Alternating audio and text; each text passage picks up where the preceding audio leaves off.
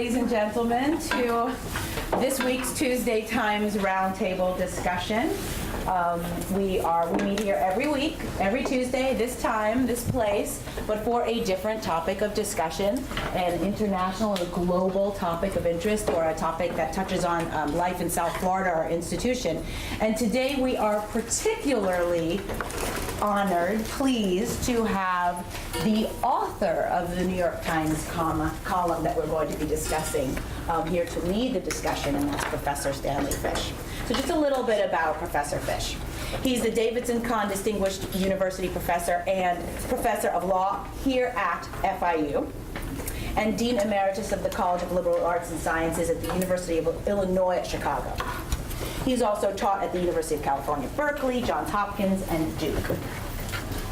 So lots of experience with a lot of institutions with international connections, so this topic is of personal and professional interest. Mr. Fish is the author of 10 books, including How Milton Works, The Trouble with Principle, Professional Correctness, Literary Studies and Political Change, and There's No Such Thing as Free Speech, and It's a Good Thing Too. His essays and articles have appeared in the Chronicle of Higher Ed, Harper's, Esquire, Atlantic, the New York Times. And there's also a forthcoming book, which is, of course, mentioned at the beginning of this column.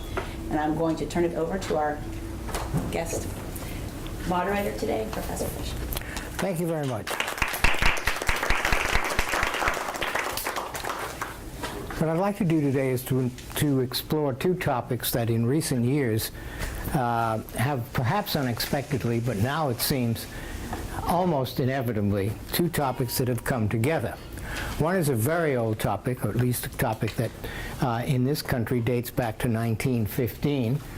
And in Germany and other countries emerged earlier. And that topic is academic freedom. Academic freedom is a phrase that's often invoked by professors, especially either when someone has told them that they can't do what they want to do, or that they must do what they don't want to do. Then professors will stand up and say, I have academic freedom, which usually means I have a free pass to do anything I like. This is in fact false. Academic freedom, this is part of my book, not part of our topic today. Academic freedom is a doctrine that exists more in the public relations mind of professors than it exists, let's say, in the legal world. Academic freedom has almost no legal status at all, even though the Supreme Court sometimes invokes the phrase on its way to making a decision. The decision is always made in more traditional legal terms, tax law, or incorporation law, etc. So academic freedom is a rallying cry for academics who wish, like members of any other enterprise, to be as free from outside interference as possible when they go about their duties. So that's traditionally and classically, that is at least again since 1915, when the American Association of University Professors, of which most universities including this one, are members, issued its Declaration of Principles on Academic Freedom and Academic Tenure. This led to the firm formation of the then new organization, the American Association of University Professors, which maintained something called Committee A. Committee A is the committee of the American Association of University Professors that has as its charge the investigation of complaints by professors or students, usually, that their academic freedom has been violated. And the AAUP will then send a committee to the campus that has been the originating point of the complaint and issue a report, either clearing the administration, and it's usually the administration that has been accused, either clearing the administration of wrongdoing or confirming that the administration has indeed done wrong, which might lead in some cases to being put on the sanctioned list of the American Association of University Professors. So that's a very rough and dirty and quick introduction to academic freedom issues, which are complicated in ways that we probably won't be able to get to today. The second topic that has perhaps, as I said, unexpectedly intersected with academic freedom is relatively new, and that is the campaign which has been in process since 2002. The campaign on the part of some academics and some academic institutions to boycott academic institutions that are housed in the State of Israel.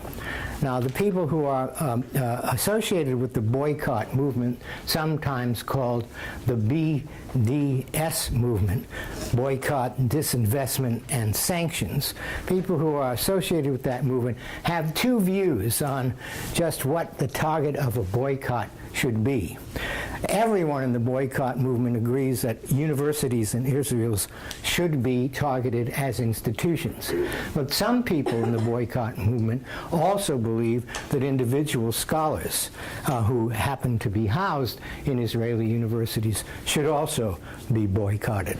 So, for example, there was a somewhat famous case in 2002 when a woman named Mona Baker, who was the editor of two journals dealing with translation studies, removed from her board of directors two Israeli scholars, and explaining to them that while she still considered them friends and she was sorry to have to do this, she could not allow an Israeli academic to continue to be a member of her board of editors. But as I said a moment ago, not everyone in the movement would agree that that's an appropriate action. And I would say that the majority of those who support the boycott support the boycott of Israeli institutions, colleges and universities, rather than individuals. Now, up until recently, the boycott movement was strongest in England, where it began in 2002, started by two professors, a married couple, Stephen and Hilary Rose, both, by the way, Jewish, so that the boycott divide does not divide Jewish, non-Jewish. Many people who support the boycott, that is, many academics who support the boycott, and indeed some of the most prominent supporters of the boycott are Jewish. So the Roses published a letter and began to solicit participation in the boycott. And the boycott has, in England and other European countries, had some success. Labor unions, that is, unions of teachers and professors, have at times passed resolutions against doing any business with the Israeli universities. In the United States, the boycott movement had not made much headway until very recently, and I mean until the last few weeks, where something noteworthy and, as it turned out, newsworthy happened, and that is that the American Studies Association, a group of about 5,000 professors whose subject is American culture and literature, the American Studies Association passed a resolution approving the boycott and joining the boycott. And this led to a great deal of debate both within the American Studies Association. The vote was by no means unanimous, although it was quite a handsome majority of those who voted, and has in fact also led to a great many editorials written in newspapers. That's the background, and I'm just going to now read to you some statements, pro and con, boycott statements, pro and con, and introduce you to some of the actors and some of the arguments that are invoked by the two competing sides. So in my essay, which all of you have a copy of, although it's not necessary at all for you to look at it, essay published in the New York Times in October called Academic Freedom Against Itself, Boycotting Israeli Universities. I give this very brief history of the boycott movement, and I'll just read it to you. Since the early 2000s, a number of academics have been arguing that because Israel is a rogue state Now remember, I'm reporting arguments, I'm not making arguments. They have been arguing that because Israel is a rogue state, engaged in acts of oppression and apartheid, and because Israeli universities are by and large supported and administered by the State of Israel, it must be assumed that those universities further the ends of a repressive regime, either by actively supporting the State of Israel's policies or by remaining silent in the face of atrocities committed by the State of Israel against Palestinians. So that's the main argument. Accordingly, the argument continues, it is appropriate and indeed a matter of political and moral urgency. There's a lot, when you read the literature of the pro-boycott, the supporters of the boycott, there's a very strong moral and political urgency that comes through. Accordingly, it is appropriate, the argument continues, it is appropriate and indeed a matter of urgency for academics to refuse to engage in intellectual discourse with the Israeli Academy. If you have an exchange program with an Israeli university, suspend it, which happened recently. The law school at London University, Birkbeck Law School, suspended an informal exchange program with Israeli universities. Over here, please. And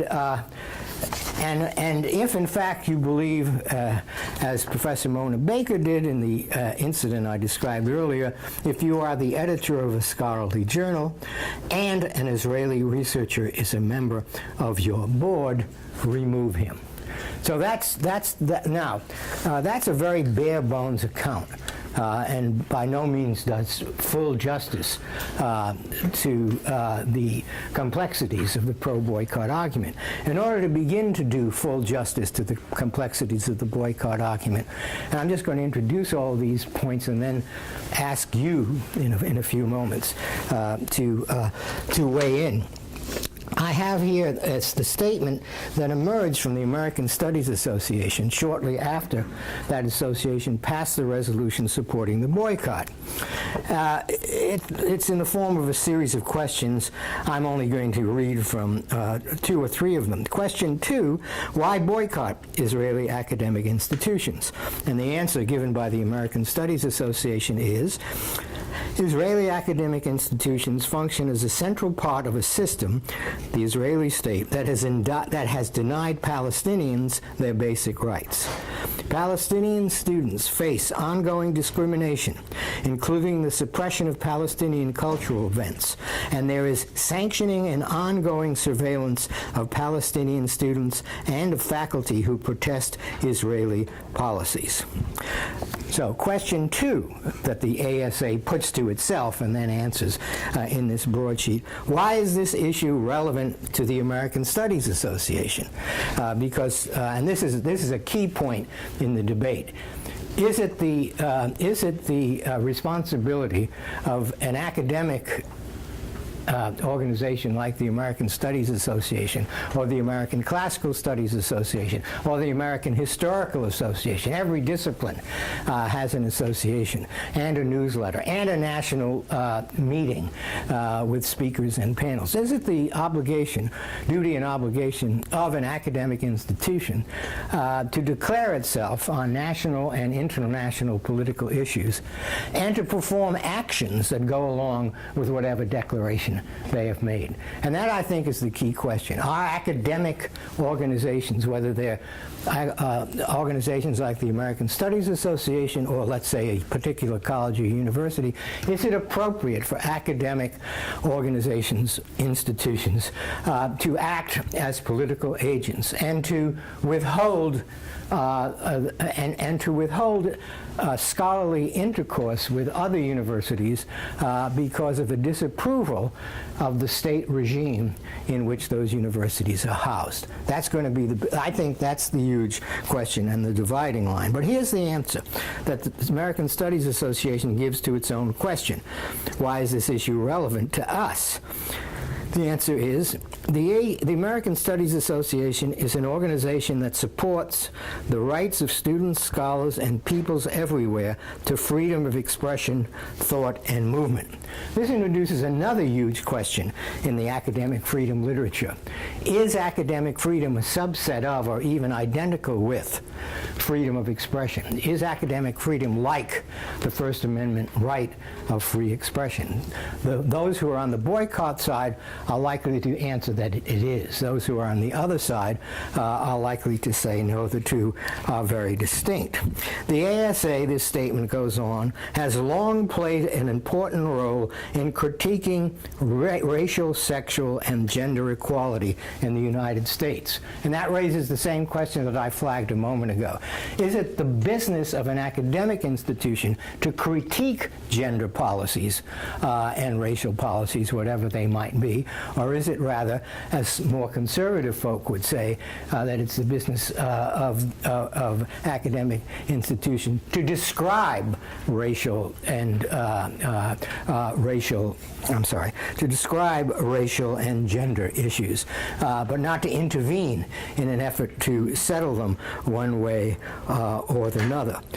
The American Studies Association, the statement goes on, condemned apartheid in South Africa and urged divestment from U.S. corporations there. And it has also condemned anti-immigrant discrimination in the state of Arizona and in other states. It has supported the Occupy movement. You remember last year's Occupy movement. It seems now like an old-time movie. And of the human dignity and rights of the economically disenfranchised. Again, that's the question. Is that the business of the university or of an academic organization to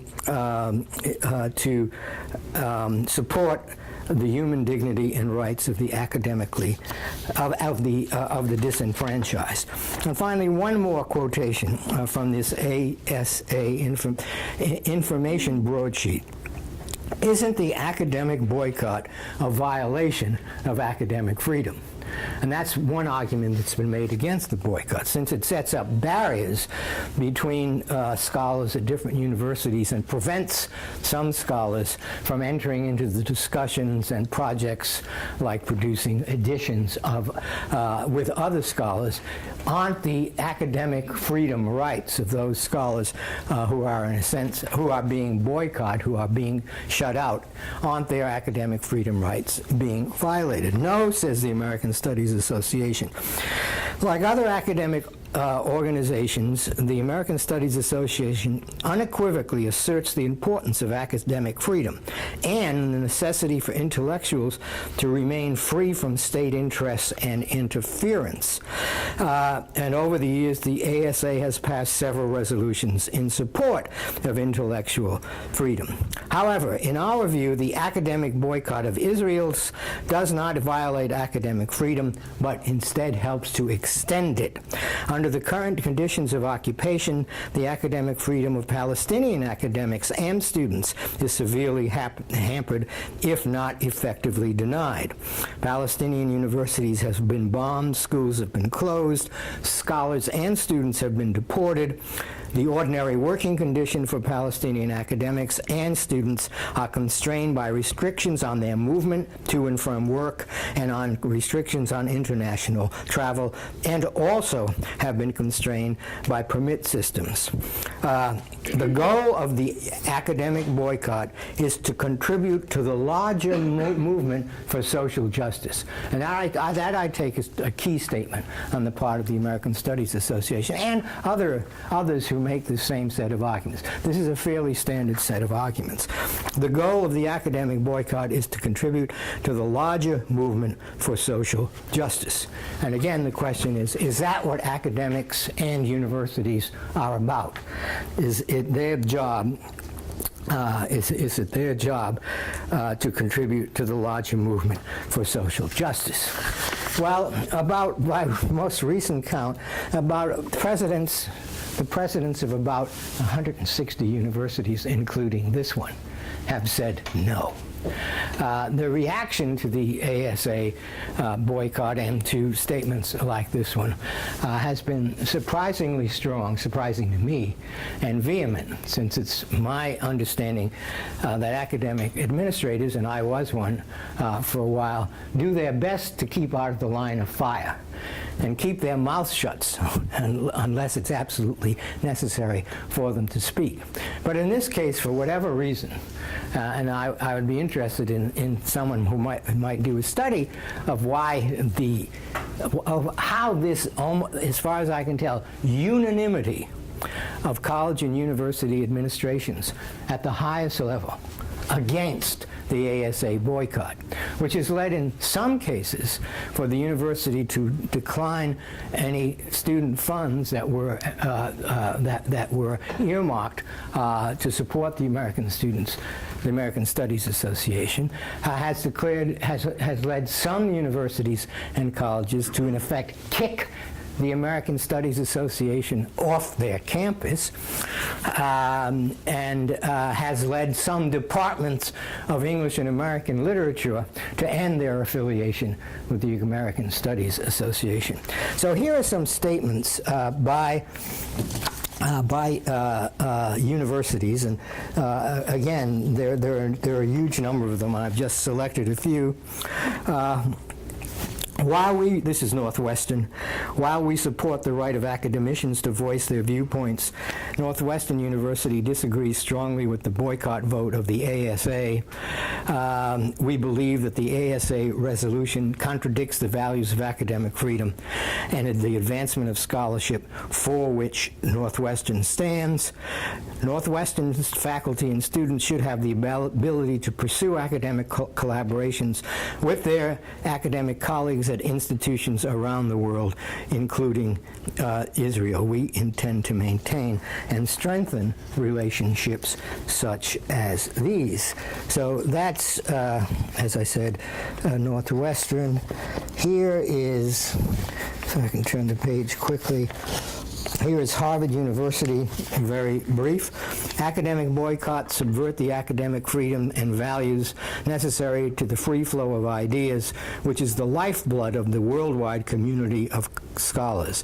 The recent resolution of the ASA proposing to boycott Israeli universities represents a direct threat to those ideals which universities and scholarly associations should be dedicated to defending. Here's New York University. President again. We write on behalf of New York University and Provost to express our disappointment, disagreement, opposition to the boycott advocated by your organization of Israeli academics and academic institutions. The boycott is at heart a disavowal of the free exchange of ideas and the free association of scholars that undergird academic freedom. And here's Yale, also brief. A new president at Yale, so this is one of his early moments of public statement. Any attempt to close off discussion or dialogue among scholars is antithetical to the fundamental values of scholarship and academic freedom. I acknowledge that individual faculty members have the right to their own opinions and beliefs, even if I disagree with those beliefs. This is an instance of what I call the First Amendment weasel. People who say that some form of speech or some action cannot be accepted always have to immediately say that they believe strongly in the First Amendment and the right of free expression. Don't get me wrong, they always don't. I'm not against free expression. I'm just against the free expression being exercised by these guys. And that's a move that's always made. And it's a suspect move for reasons that I don't think we'll be able to get to. And then there's a very nice one at Kenyon College. The president The ASA is first and foremost an academic society aimed at the promotion of interdisciplinary studies of American culture and history. The commitment to scholarship, teaching, and learning is what drew Kenyon College to participate in ASA activities in the past. But as the president of a college with an unwavering commitment to the liberal arts and to academic freedom, I reject the notion of a boycott of academic institutions as a geopolitical tool, that is, as a tool designed to intervene in global politics. I therefore concur with the decision of our own American Studies program to withdraw as an institutional member of the American Studies Association. And finally, our own university, FIU, a memo from President Rosenberg and Provost Wartzog, which reads as follows. The resolution of the ASA would impose restrictions on the academic freedom of Israeli scholars and of scholars from FIU and elsewhere who interact with them. Such restrictions are antithetical to the freedom of inquiry identified by our university's board as essential to an engaged university seeking solutions to global problems. Scholars may have a wide range of views on the Israeli-Palestinian conflict. We support research and scholarly dialogue among all scholars, including full participation of Palestinian as well as Israeli academics. So that's FIU. So let me just conclude this little introduction by saying you can see, or I trust that you can see, that the debate is about two things and about the relationship between those two things. The debate is first about the Palestinian-Israeli conflict, and the issue there is who is in the right and who is in the wrong. And this is a debate that's going on for a long time, and there are heated views expressed on both sides.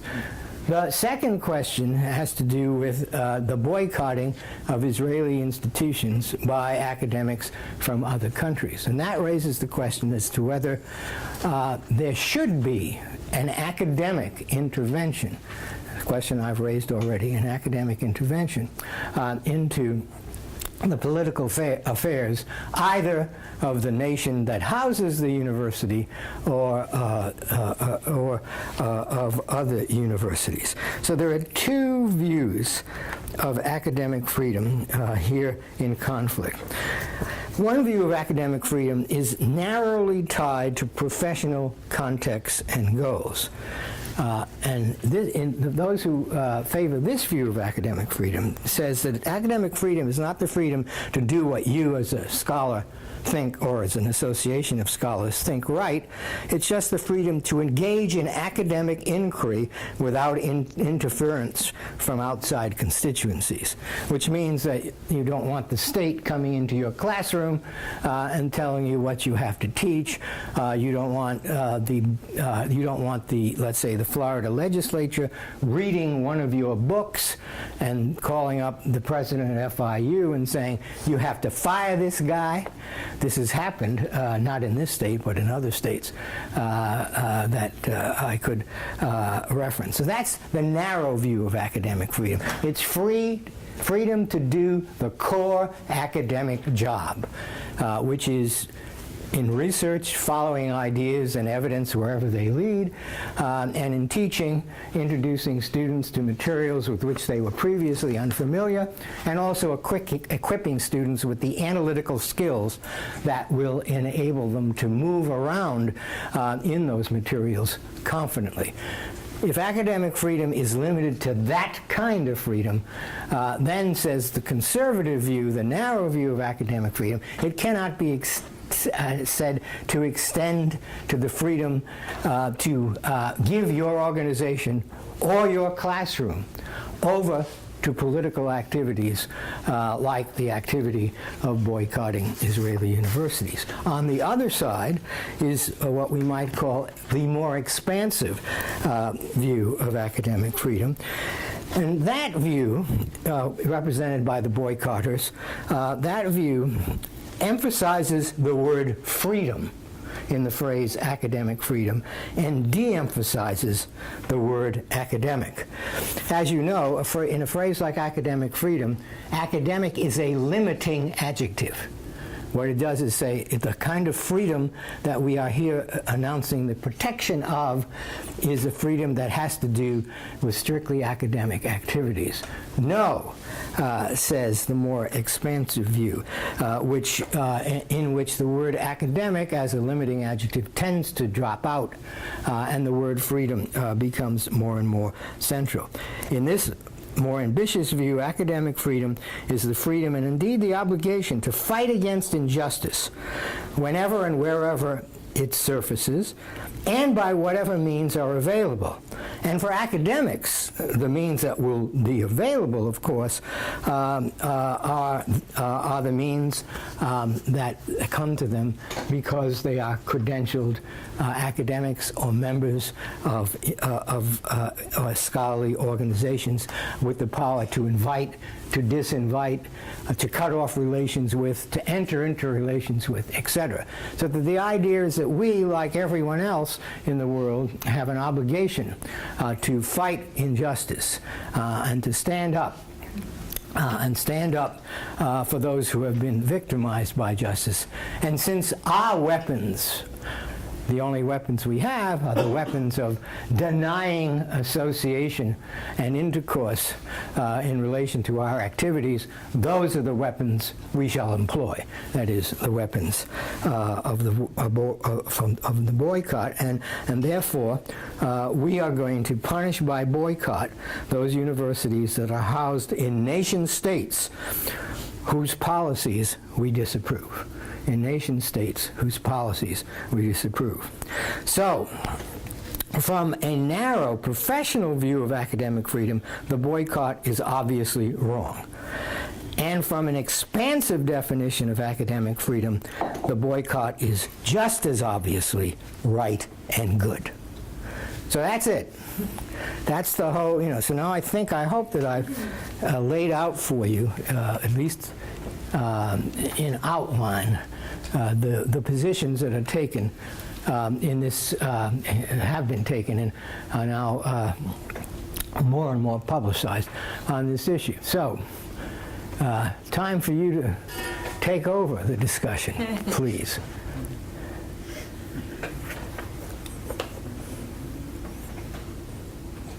Well, I have a thought. No, wait. Come on. None of you guys, you're here. This is 45 minutes or so out of your lives. You could have been doing something else. So you must have some take on this matter, or at least some questions that you might want to raise. Please? Yeah. In the essay, it says that Israeli universities are by and large supported and administered by the state. Yeah. To what extent is the state influencing Israeli universities, and is it blatant that universities are functioning with the agenda of the state? Well, that's a matter of dispute, and I'm sorry for that, the wishy-washiness of that answer, but it's a matter of dispute. One can certainly say that the state influences American universities and universities in most countries. And the recent return to many university campuses of the ROTC programs after years of exile illustrates the extent to which there are fears on the part of American universities of the state influence. I will say, from my limited knowledge, that since the state directly administers and sanctions, that is, gives charters to universities, one always will feel, as one feels in this country, the shadow of the state back there. Whether or not the shadow of the state ever enters academic life in a way that makes it no longer a shadow, but a palpable substance, is another question. One of the complaints made by, or one of the points made by those who favor the boycott is that many Israeli universities hold special places, that is, holds places of scholarship for those who had served in the Israeli army. and that therefore by having as a category of scholarship people who served in the Israeli army, the argument goes that university is participating in the acts of oppression performed by the Israeli state. So that's the kind of argument that you're going to hear. Others will then counter and say most academics in Israel are in fact themselves opposed to their own state's actions in Palestine, which seems statistically to be true. And it's certainly true that I think most academics in the United States, at least in humanities and social sciences departments, would be pro-boycott rather than anti-boycott. So there the argument is that the Israeli scholars whose freedom of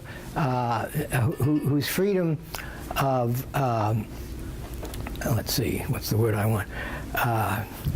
Whose freedom of engagement with other universities is being constrained are themselves supporters of changing the state's policy toward the Palestinians.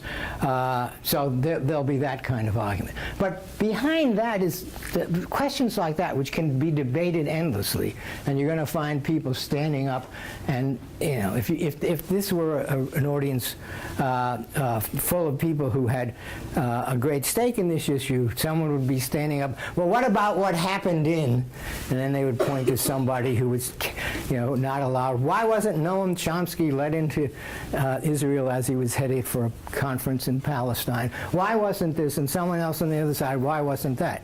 But all of those questions, which are designed to demonstrate the moral status or lack of moral status of the Israeli state, are, from the conservative point of view, beside the point.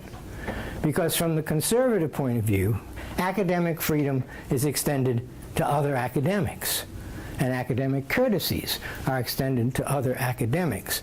And there shouldn't be, as the phrase is sometimes used, a political litmus test.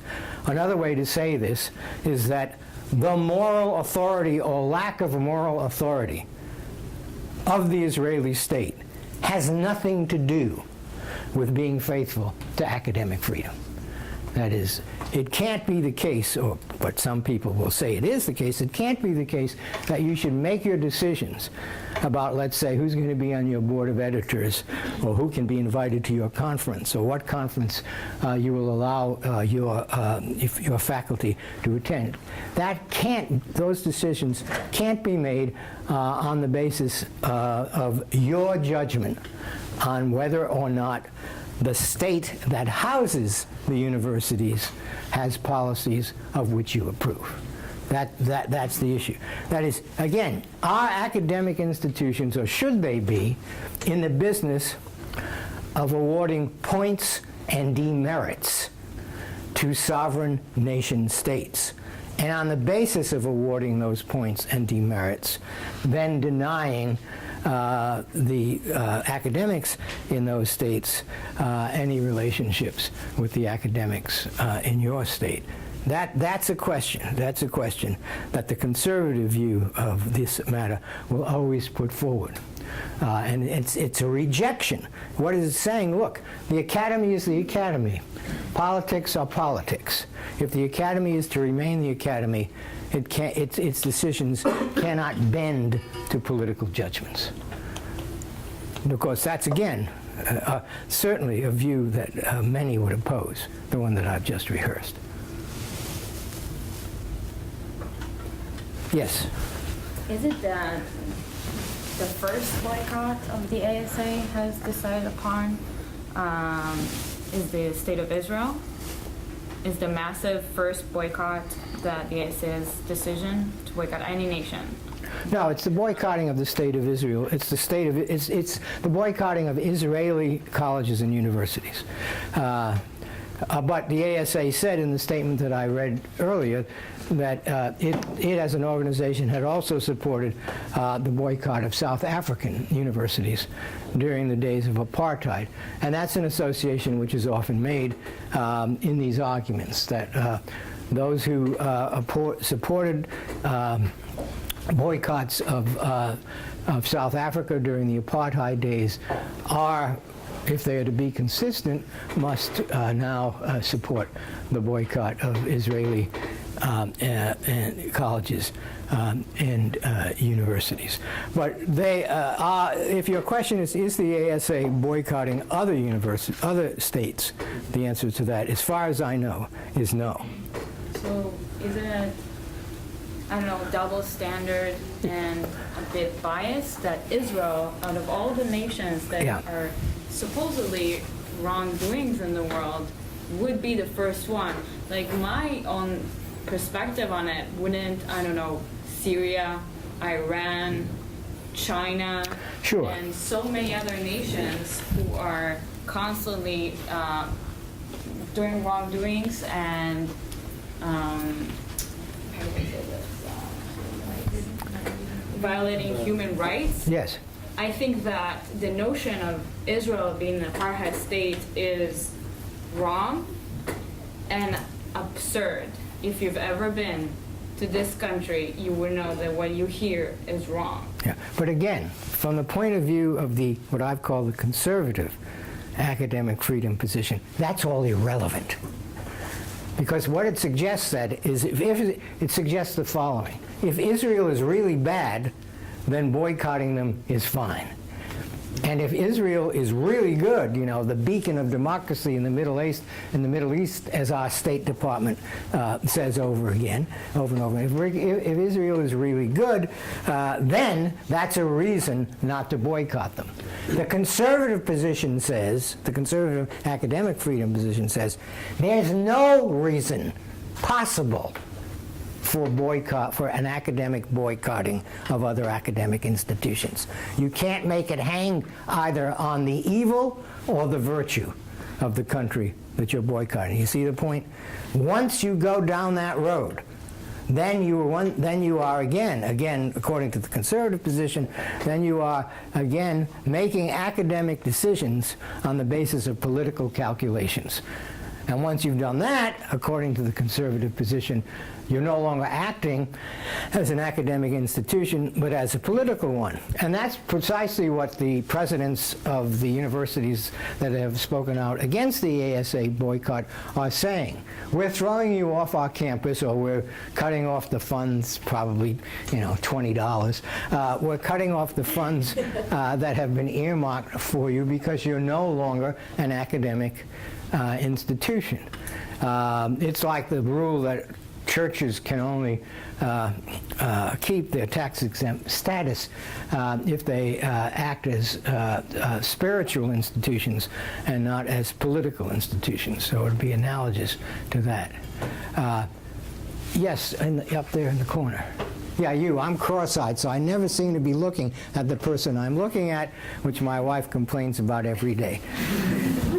What if the boycott on Israeli institutions potentially also boycott, for example, the Arabic University in Ramallah, the Beit Zait University, if they would take it to all the furthest extent that it's meant to be, wouldn't that inevitably harm the Arab population? But again, that's Israeli that's a consequentialist answer, a consequentialist point. The conservative view, to which I keep referring because it's mine, the conservative view is that who cares? That is, from the point of view of academic freedom, it's not the consequences that you're interested in or concerned with. It's what we might call the principle. Either there is something called the academy, which is defined by its being engaged in a certain kinds of intellectual inquiry and not engaged in political activism, or you make the academy an appendage to political activism, in which case it's no longer the academy. But of course, you're right. You can make arguments about the good and bad consequences of a boycott, and say that it won't work or it will work to bad effects and stuff like that.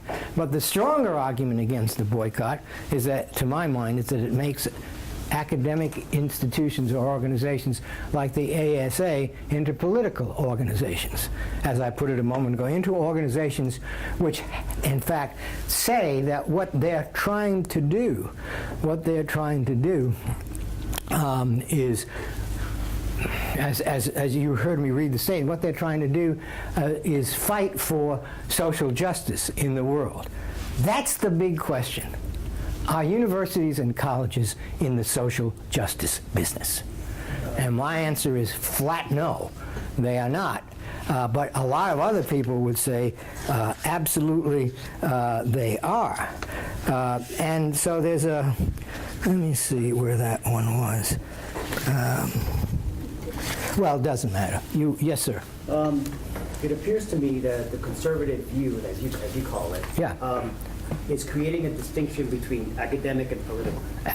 Yeah, absolutely. Can you, what exactly is the nature of that distinction? The distinction has to do with the kind of work that you would recognize as being academic work. That is, if you're in a classroom discussing a controversial issue, that is an issue that is controversial in the great world, how do you treat that issue academically? And here's the answer.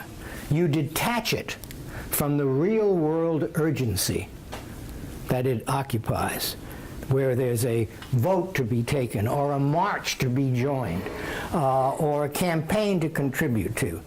That's all political stuff. And instead, you take the issue and you do something to it which I call academicizing it, a really ugly word.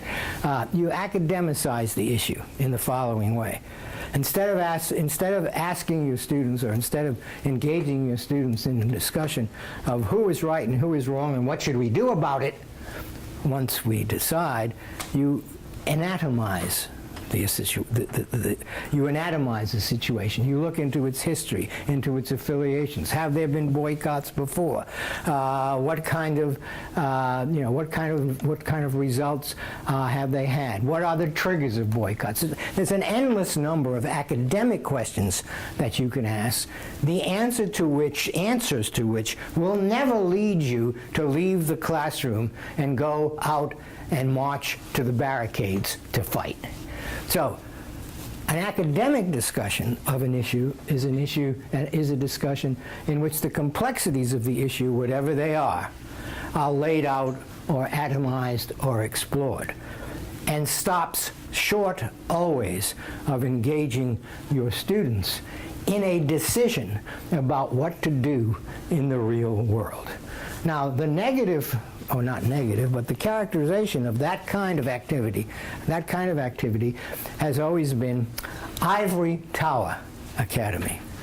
And the Ivory Tower Academy has not been a popular notion for a while.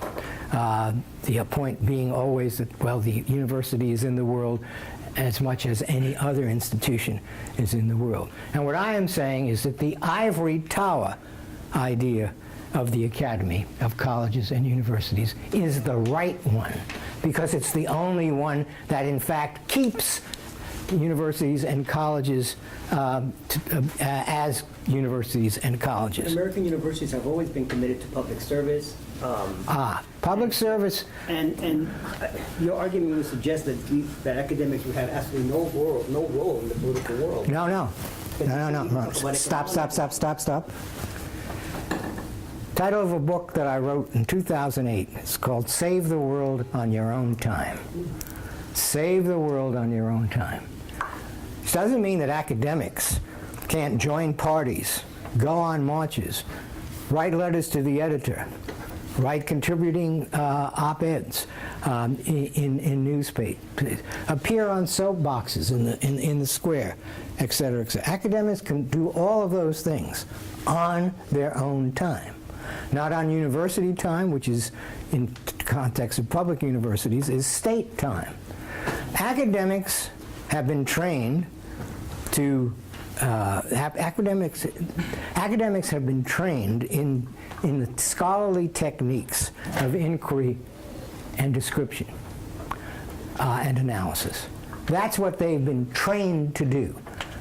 Also, and this is no small point, That's what they're paid to do. They're not paid to decide en masse as an academic or as members of an academic institution that this or that nation state is worthy of having commerce with, and this other one is not. You see the point? With regard to that issue, yes. Right. As for the service, community service, With regard to that particular issue. community service is something that academics do and that students sometimes do in internship. There should never be any academic credit for it whatsoever. That is, doing internships, doing community service, this is dandy. It's nice, it helps you to know parts of the world that you were perhaps unfamiliar with before. For academics themselves, that is for professors, to go out into the into the city or the towns and help organize grassroots efforts for food banks or whatever it might be, all very good things to do. Good in the sense of moral and commendable, but not academic things to do. Everything that is good is not academic. So I want to. So can I? Yeah, sure. Climate change. What about climate change? What would you oppose the academic going to hearings and public hearings about academics, Not at all. climate change? Not at all. As long as he or she didn't get any academic credit for it. Just as I don't get any academic credit, or I shouldn't, for writing op-eds, which I had been doing. I'm not doing it any longer, but I had been doing for, I don't know, 18 years, something like that, in the New York Times. I write, that's the kind of work I do. It's kind of what's sometimes called public intellectual work. I think that's too fancy a phrase for it. But anyway, that's the kind of work I do when I'm not writing my books on 17th century poetry or on the nature of contract law and stuff like that. And it's perfectly good for me to do it. And it probably, in my case, it's good for the university I work for, because the name of that university is then, on the opinion page of the New York Times every day. And that's good. Universities like that kind of thing. So it's good work, or I think it's potentially good work. I hope it was good work when I did it, but it's not academic work, and it should not count as academic work. Yeah. So I'm curious about another thing that universities like to do, especially these days, which is establish campuses and programs abroad. Ah, yes, right. Yeah. So I think it's an associated topic, especially. It is indeed. So looking at it from the narrow definition, I believe that there are countries where the academic's behavior, the nature of what the academic does, is in danger in those nations. Just the idea of following research questions wherever they may lead. Yes, right. There's interference and monitoring from the state. Exactly. So I'm curious about your thoughts concerning whether or not an institution decides to place their own campus in a country where the academic. This has to be a negotiation between the university that is thinking of opening up a branch in Dubai or somewhere. And you have to engage in that, and you have to make a decision ahead of time as to what you will, how shall we put it, as to what you will insist on, and as to what you will leave a little fuzzy. Yeah, and then who gets to be involved in that? Well, look, my first job task, when I became a dean in 1999, my first task was to negotiate with the Archbishop of Chicago, Cardinal Francis George, about a Catholic studies program in my college that was going to be funded by a Catholic charity. So I had to go to this meeting with the Cardinal. And of course, the first thing that had to be done to set this program in motion was to choose a chair of the Catholic Studies program, a distinguished scholar from the outside, because there was funding enough to warrant that kind of faculty hire. So the issue was, who's going to be on the search committee? Who's going to? Of course, the cardinal wanted the majority of the members on the search committee to be from the diocese, and I had to, I had to say no. But I had to work out. Okay, there's 8 members of the committee. Oh, I forget. I'm making these numbers up because it's been some years. We'll have 3 from the diocese, and 4 from the faculty, 1 from something else. So you work it out. And there, my thinking was, I cannot give control over an academic decision to a religious institution. So when discussing matters with officials in other countries, the president of the U.S. university or the committee has to set guidelines for itself and stick to them, and has to be willing at a certain point to say, well, I'm sorry, we just can't do this, because the enterprise that we hope to be able to bring to your country is of such a nature that it would be compromised by what you're asking to do. Now, that's might be a hard thing to do, because there might be lots of money involved and other advantages that would flow to the host university. So it's not always easy to adhere to the vision that I've been urging. You had another question. Yeah, it has to do with the adherence to your vision. Yeah. So there are all these presidents that said, we agree with the narrow view, and then they said, we're withdrawing from the American Studies Association. Right. Isn't that? No. Does that follow? It follows easily, because again, from what I said before, the American Studies Association is no longer an academic institution. But it's made up of academics. That's all right, but it's made of but it's made up of academics who are acting collectively to perform an avowedly political act. Therefore, they're not academics any longer, and you don't have to support academics who are acting as political agents. Neither do you have to put them in jail, which is what distinguishes our country from many others. You don't put them in jail. You say things like the Weasel statement that I referred to earlier. Well, we respect the rights of our faculty members to have views on any number of issues.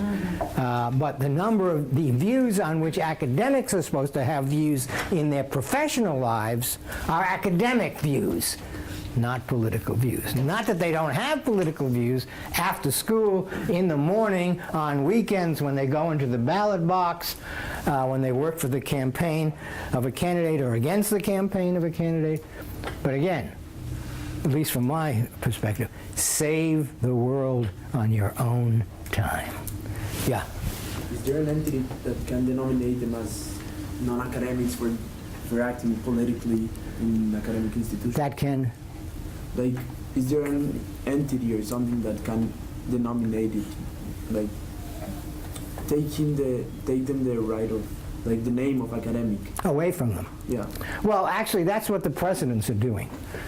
Some of them have put it that way, have said, in effect, you're no longer acting as academics, and therefore we don't support you.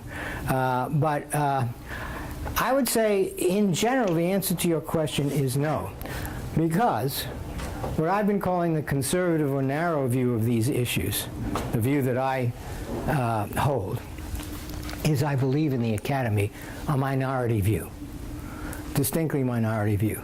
Many more people are on the other side than they are on my side. Many people think that it's an obligation of academics to, I'm trying to find the quote, page 3, yeah. Do I have page 3? No.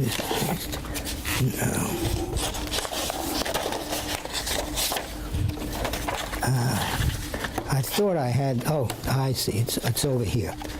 Yeah. Okay, here's a guy. I don't know him. I wish him well.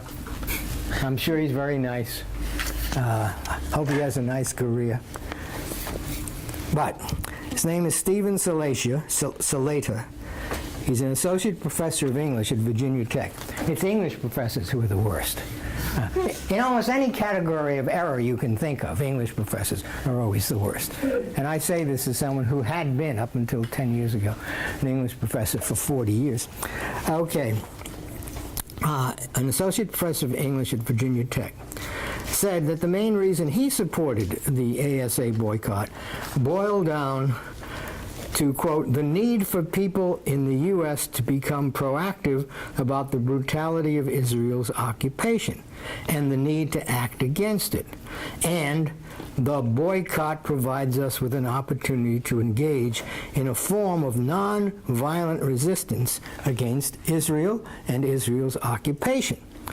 So that logic, in effect, and then he goes on to say, also, American studies as a discipline is really occupied with issues of race, racism, and colonialism, and with so forth, and with matters of foreign policy. And what I would say to that is, depends on what kind of preoccupation the professor is professing. That is, it's fine for an American Studies Association to be preoccupied, for example, with issues of racism and with matters of foreign policy. But the preoccupation should be an academic one. That is, that they should be studying these matters, not engaging in cheerleading and rallies in their classrooms, for example, in order to push students in one direction or another. If what he's saying is right, that the American Studies Association is really devoted to this kind of political action in the world, then the American Studies Association is even worse than I thought it was, and has been for an even longer time than I had thought. Yes. This young lady mentioned earlier a list of countries that perhaps ASA should have perhaps looked at: Syria, Sudan. So it sparked in me the notion of the Florida Travel Act that prohibits state funds from being used for research in Cuba, North Korea. So I just wanted to get your opinion on kind of the opposite situation of the state. Yeah, but Florida is a state. The legislature of Florida, I mean, I'm saying things which are kind of almost so obvious that it is a political organization. There is no parallel. In other words, what the state of Florida does politically through its legislature may be deemed wise or stupid, or, out of date or necessary, all kinds of things. But in making it violates academic freedom? How could it violate academic freedom? It's not being done by academics. In other words, if the state doesn't allow its citizens to travel to particular countries. Oh, no, I was talking about the act that prohibits state funds for being used for research in those countries. Oh, I see. No, I'm sorry. Then I misunderstood the question, and I apologize. Okay, the state is saying you can't use research for those countries. Okay, I think yes. I think there's an argument for saying that that's an instance in which a political agency, in this case the state, is taking an action which simply ignores, or perhaps, to use the word that you use, violates the freedom of inquiry and research of its citizens who happen to be academics. Yeah. There is and you could mount a very good argument against that the state has no business doing that. But then the argument would come back that the state is not the argument would come back in the following form. The state of Florida is not insisting that its faculty members not engage in this kind of research. The state of Florida is not going to pay for it. So that's the way that argument would go. And as in all disputes, I hope that you have noticed this, and perhaps if you haven't, this is something you can take away from our discussion. In all disputes of this kind, the arguments on both sides solidify and congeal in about 20 minutes. There's a period where the arguments are forming, And people say, yeah, what about this? What about that? And then somebody else on the other side says, yeah, but that's not, or blah, blah, blah, blah. And then after a very short time, everyone has his or her set of what we now call talking points on either side. And you can go on talk radio or on TV talk shows, and you know exactly what you're going to hear. You know exactly. So when a new issue comes up, for a while there's a little fumbling around because the lines of argument haven't yet settled. So, you know, for a couple of days, people didn't know what to do about Governor Christie and the George Washington Bridge and the shutting off of lanes of traffic, and how to think about it and so forth, and how to relate it to large political. Now everyone has his or her arguments down pat, and this is certainly true in this area. Yeah. For those who believe in the other side, like you said, that the academics should relate to political action. President of the Palestinian Authority just came out with a statement that says not to boycott Israel, that it, instead of helping the peace process and the Palestinian people, it actually does wrong. So how can an American... Yes, but see, you want to keep engaging in the substance of the argument. I'm not in the least bit interested in the substance of the argument as to what's right and wrong and who's doing the right and wrong in the Middle East at the moment. My question is a simple one. Is it right for academics to boycott other academics, no matter what the state that houses them is like? Period. It's not a right that depends on whether people are being helped or not helped. It's a right that depends on the nature of academic activity. You gotta keep it clean. That's why the argument that Israel is being unfairly singled out is a bad argument. Not because Israel isn't being unfairly singled out. Maybe it is, maybe it isn't.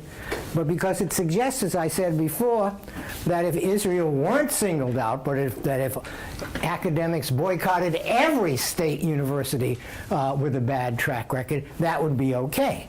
But of course, that would be absurd because there wouldn't be any states left to do academic business with, which is why the singling out argument is made. It's an argument from absurdity.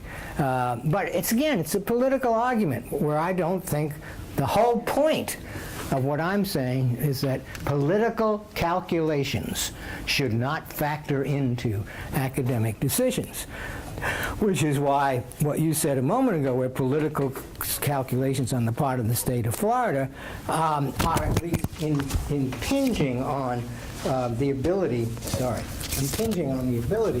of academics to do as much as they would be able to do were the state supporting it. And that's, again, another issue. You have to think fairly clearly and cleanly about these matters because there's a lot of flag-waving rhetoric on both sides. A lot of flag-waving rhetoric. Well, it's time to go. Thank you very much. Thank you so much for...